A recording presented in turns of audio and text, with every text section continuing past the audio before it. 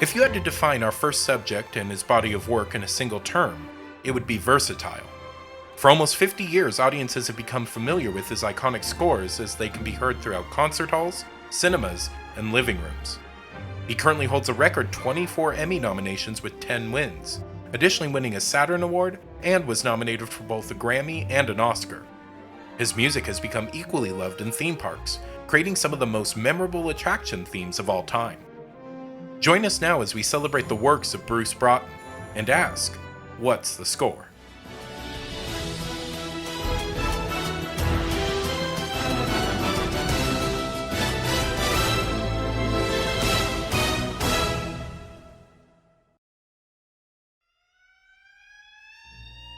Born into a family of musicians, including both of his parents who played brass in a Salvation Army band, Broughton was exposed to music at an early age.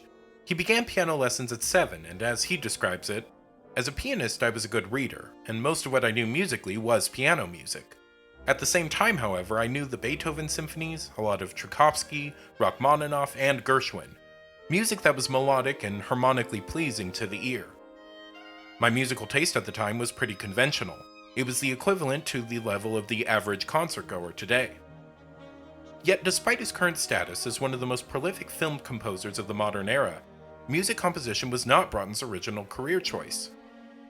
While he enjoyed music, Broughton had found a greater inspiration: animation, particularly the works of Walt Disney. When I was, 10, 11, 12, I read every book I could find on Disney. I remember going to see Fantasia when I was about 12 or 13. It was being re-released then. I would watch cartoons just to see how they moved and how they were done. I got to know the names of the animators, and I knew very well how animated movies were put together. Broughton's affinity for Disney culminated with a 1955 trip to Disneyland during its first week of operation. While Broughton would ultimately not end up becoming an animator, he would be well known for his work in animation, scoring such films as The Rescuers Down Under, The Three Musketeers, and 2 of the 3 Roger Rabbit shorts. Though all of these would come much later in his career as he first began in television, composing music for such hit 70s series as Gunsmoke, Dallas, and Hawaii Five-0, and later writing the main themes for Quincy, Jag, and Tiny Toons Adventures. We're tiny, we're toony, we're all a little loony. It's Tiny Toon Adventures, come and join the fun. And now our song is done. Broughton's transition from television to film came rather naturally, as he explained the only real difference is the size of the screen. Silverado was his first real hit, netting him an Academy Award nomination for Best Original Score in 1985. Later that same year, young Sherlock Holmes would win the Saturn Award for Best Music. Broughton's other works of the 80s included The Boy Who Could Fly, Harry and the Hendersons, The Monster Squad, and Michael Jackson's Moonwalker. Through it all, Broughton never found himself defined by a singular genre, owing much of his success to a lesson he learned in his youth. I'm not one of those people who watched movies as a kid and loved movie music. I didn't know beans about movie music. Barely. I went to see movies because I thought movies were entertaining, which I think was actually a good thing, because I never forgot that most people go see movies to be entertained. They don't go to hear the score. His later work in the 90s demonstrated this range the most, frequently jumping from genre to genre, from the likes of Tombstone and Miracle on 34th Street, to Homeward Bound, and even rescoring the 20th Century Fox fanfare. He even made a brief foray into the world of video games with 1998's Heart of Darkness. Get ready to explore a world like none you have ever seen before. Wow! The world at the heart of darkness. But there was one more genre that Broughton had come to be known for: theme parks.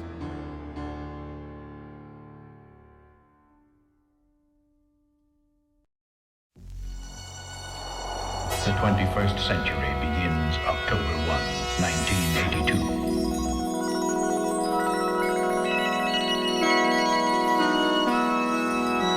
Epcot Center, Walt Disney World.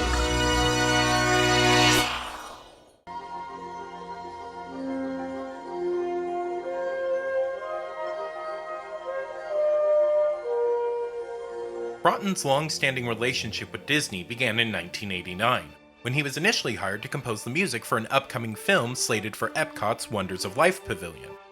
Dubbed The Making of Me, the film was a 16-minute romp starring Martin Short as he explained the wonders of conception and birth, or to put it more crudely, sex! Now that I have your attention... You have all of our attention just by screaming anything. That's good to know. It was done much more tastefully than it sounds. This was still Disney, after all. It spoke to kids honestly and respectfully, focusing on the science of reproduction rather than the more risque elements.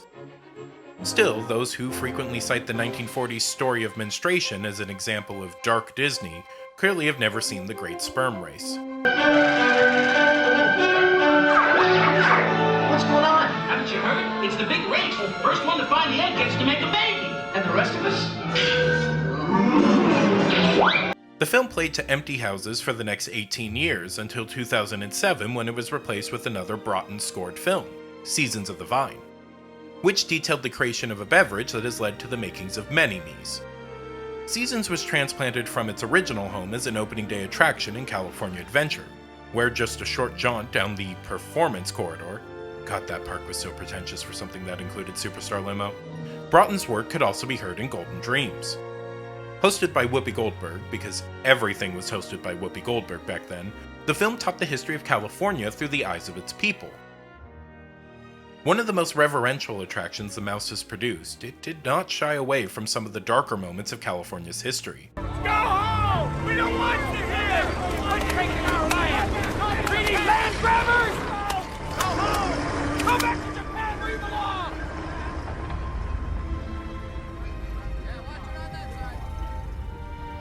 He's strong.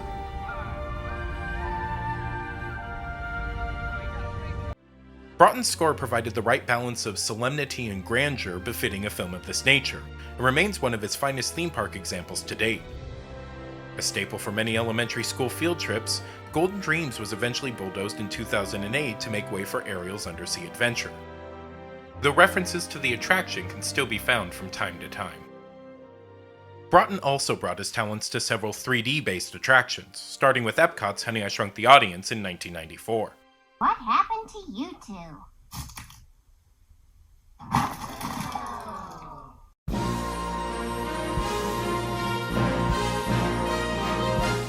Honey's director, Randall Kleiser, requested Broughton, as they had previously worked together on the second installment to the Honey franchise, Honey, I Blew Up the Kid. Broughton's lighthearted theme welcomed you to the Imagination Institute's Inventor of the Year award show, where Wayne Szalinski was to be the guest of honor. Unfortunately, Broughton's music failed to effectively set up the veritable house of horrors that awaited you inside. I don't know how much you know about the attraction so far. Don't worry about all that screaming. That's just another test audience. The zany antics of the films were not as charming when they were happening to you. It was a technical marvel, however, introducing audiences to the concept of a 4D film, with such practical effects that included hundreds of fake mice scurrying under your feet, a theater-wide motion base to simulate the shrinking process, and dog snot. Funny enough, Dog Snot is the name of my Honey, I Shrunk the Audience tribute band. Honey continued to provide nightmare fuel across 4 separate resorts for the next 16 years, until all were closed in 2010 to bring back the very show they had originally replaced, Captain EO. Thankfully, Broughton's superior theme has outlasted its source material and can still be heard on various theme park albums. Continuing this trend of therapy-causing 4D films was It's Tough to Be a Bug, Animal Kingdom's 1998 spin-off to A Bug's Life. Opening 7 months before the film would, Bug may not have taken the best approach in marketing the upcoming flick. While its animatronics were impressive, over the show's 9 minutes too long runtime you were subjected to hornet stings, stink bugs, many arachnids, and Kevin Spacey. Disney had 2 separate composers work on the attraction as Broughton provided the instrumental score, while George Wilkins, who will definitely be a subject for a future episode, arranged the cue music and title song. While California's version closed back in 2018 to make way for Avengers Campus, you can still be traumatized by the original in Florida. I really don't have that much else to say about it, so what do you say, French Walt? You want to take a trip abroad? Oui.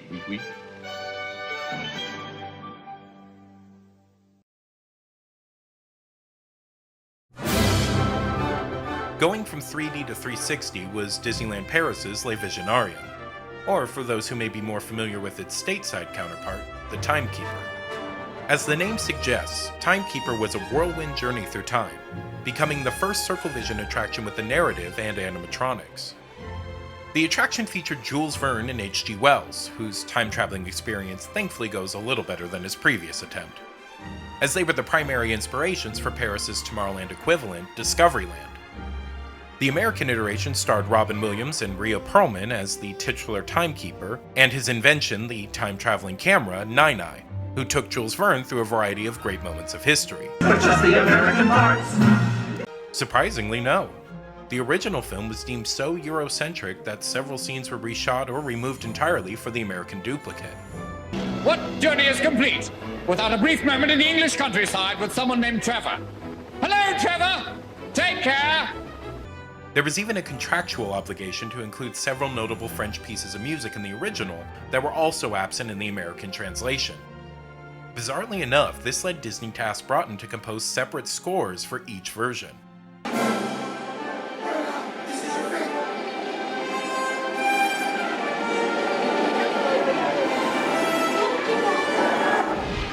What happened? Where's Jules? I got him on the train. Didn't say inside. Picky. Well, I'll move you in closer. Way to go, Tin Head. You've turned Jules Verne into a hood ornament. Oops, pardon moi. Personally, I think the original French score is the more iconic of the two, but both are still fun. The show also ran in Tokyo Disneyland under the truncated title Visionarium, and was identical to the French iteration. Unfortunately, as with the majority of the previous examples, all versions of the Timekeeper have since closed to make way for a variety of current Tomorrowland staples. Broughton would go on to score one more Circle Vision film, O Canada, for the Epcot Canada Pavilion. Starring Martin Short, this time Sandsperm, the film was replaced in early 2020, becoming Canada Far and Wide. And do we like the update, French-Canadian Walt? Oh, no. Staying in France, Broughton composed the music for the Walt Disney Studio Park's signature opening day attraction, Cinémagique. Starring, you guessed it, Martin Short. On the surface, Cinémagique just seemed to be the French equivalent of the Great Movie Ride, minus the ride part. But thanks to an inconspicuous live actor and a few signature special effects,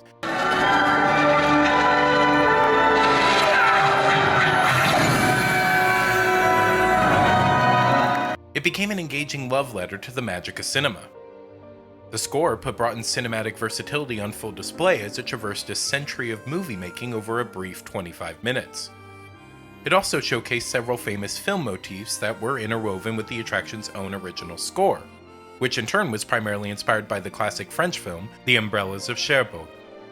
It was a stirring and unique experience, which of course meant it would close, replaced in 2017 with a live show salute to all franchises but mostly Marvel. Returning back to the States are two attractions that are thankfully still operating, Spaceship Earth and Soaring Over the World. Both longtime staples to Epcot's attraction lineup, Broughton composed the music for their current iterations, with each requiring a wide variety of globally inspired music. In 2007, Spaceship Earth changed out one English cat for another when Jeremy Irons was replaced by Judi Dench as narrator. Of course, with the change in narration came a new musical score, and the first time Broughton composed for a proper non-film-based attraction. This meant additional obstacles to consider, including what would happen when the attraction would have to pause in between show scenes, a scenario that, for those who have ridden Spaceship Earth, know happened fairly frequently thanks to its Omnimover ride system. To ensure riders weren't stuck in a cacophony of noises, Broughton tried to adhere to the same chord progression and tempo in adjacent scenes, and would digitally layer his score and play it back simultaneously to adjust any outlying sounds. So, the next time you're thanking the Phoenicians or breaking into Steve Jobs' NX garage, the joke was better written than said, keep an ear out for the musical transitions and how they weave into one another. Soarin' to tower. We are ready for takeoff. When Soaring Over California first opened in DCA in 2001 and Epcot 4 years later, not only did it feature a different ride film from its world sequel, but an entirely different score as well, composed by Broughton's longtime friend Jerry Goldsmith.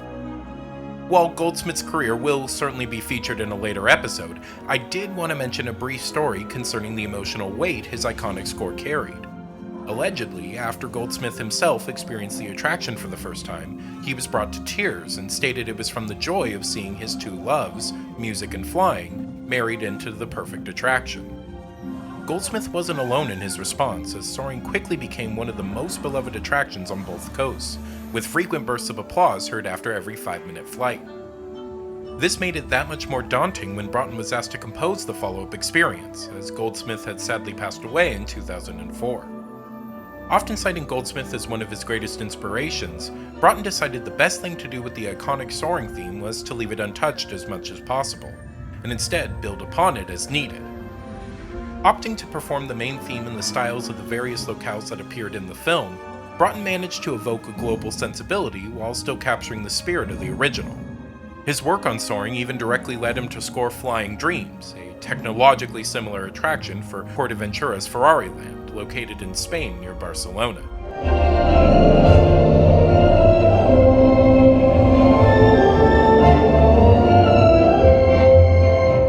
Interestingly enough, Broughton would indirectly provide music for Soaring's Q as well, as it utilized the main theme from Silverado in its loop. Soaring would later be duplicated both in Shanghai and Tokyo, and while they would feature different titles and stories, the music would remain the same. Which finally leads us to what some people may consider to be the pinnacle of his Disney theme park work. It's me. I'm some people. So stop me if you've heard this one before. Ellen DeGeneres has an energy-themed nightmare where she's forced to play Jeopardy against Jamie Lee Curtis and Albert Einstein. Oh, and Bill Nye the Science Guy is there too for peak 90s value. Now, if that's not the most bizarre setup for an attraction that you've ever heard, then you've clearly never seen Food Rocks.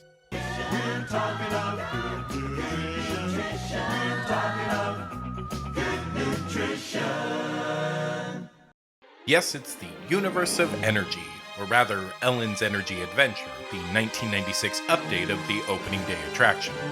Because let's face it, energy just isn't that compelling of a subject on its own, especially at a theme park. Lasting a whopping 45 minutes, Energy was thick with 3 C's.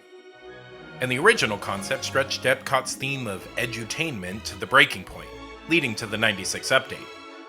For the most part, the changes worked. The ride was funny. I'm an expert on a lot of things. You know that. I know that. But not a lot of things. A few things. Felt fresh, at least by mid-90s standards, and still kept in line with Epcot's original vision.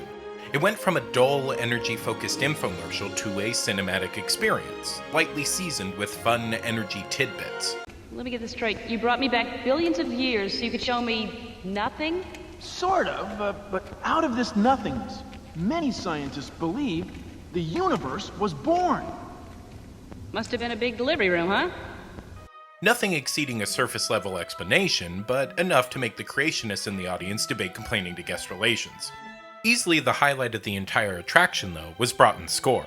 His main theme was both adventurous and playful, capturing the expansive yet quirky presentation that contained both the birth of the universe and the Beverly Hillbillies.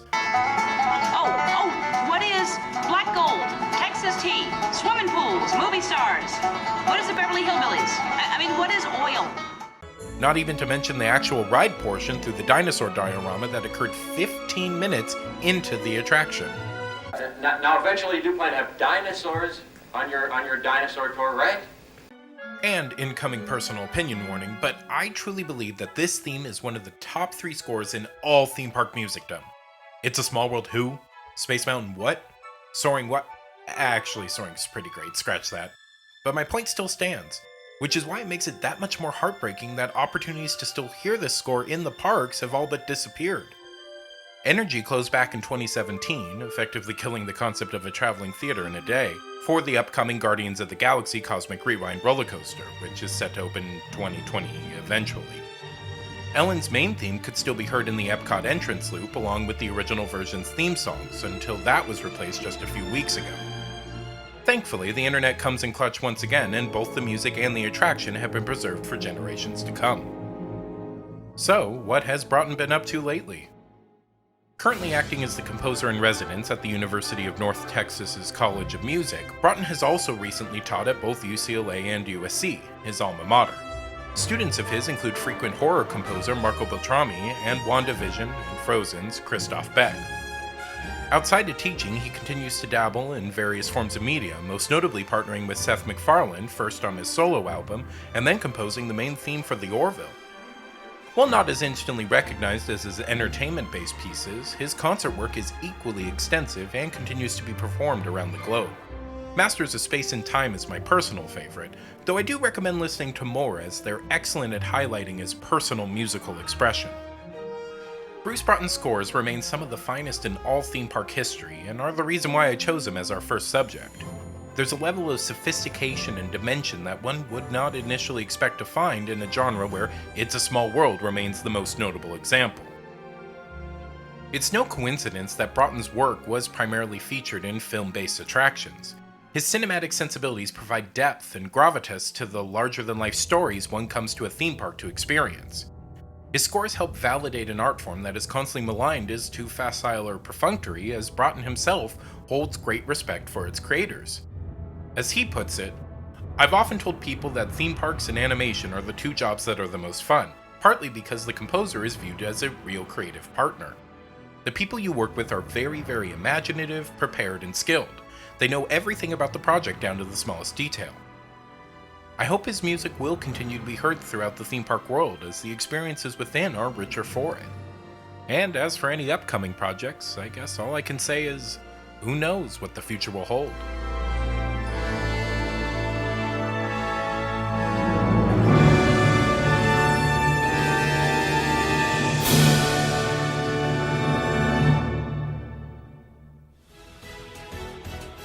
Hey everyone, just wanted to take a quick moment and thank you all so much for watching, and thank everyone who's recently joined the channel. At the time I'm recording this, I believe we're around 3.5 thousand subscribers, which is just mind-blowing. In regards to this series though, what are some of the other composers, attractions, or shows you want to see covered?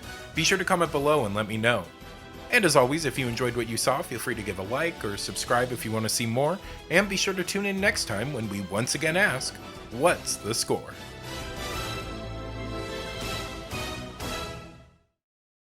Ma'am, you forgot your bag.